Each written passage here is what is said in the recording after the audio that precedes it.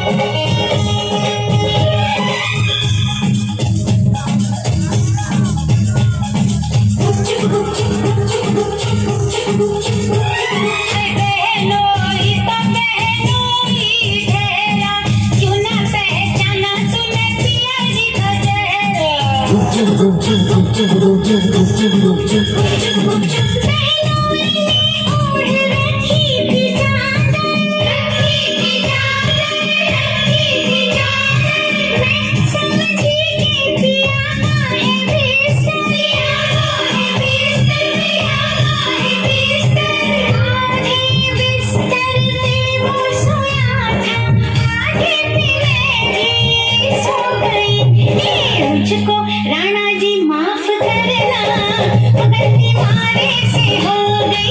मुझको राणा जी माफ करना, गलती मारे से हो गई।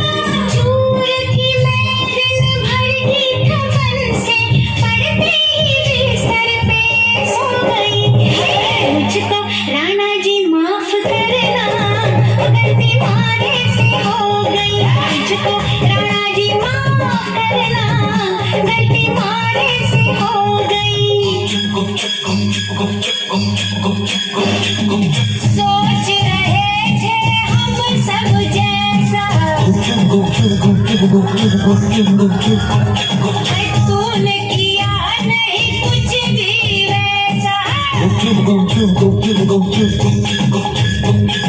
मुखड़े में तेरे सच का उजाला, रात किया नहीं मुँह तूने काला।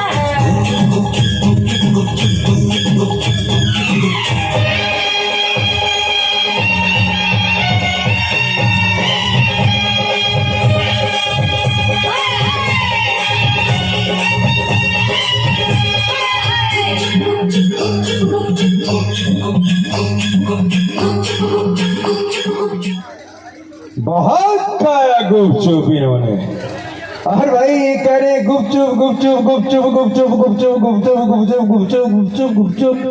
भाई गुपचुप वो है, अभी अभी जब मैं मोकामा से उधर से वो आ रही थी बेगूसराय से, तो मोकामा में इन्होंने गाड़ी रुकवा लिया और महुआ जी ने पूछा कि गाड़ी क्यों रुकवा रही हो, तो इसने कहा मुझे गुपचुप खाना है।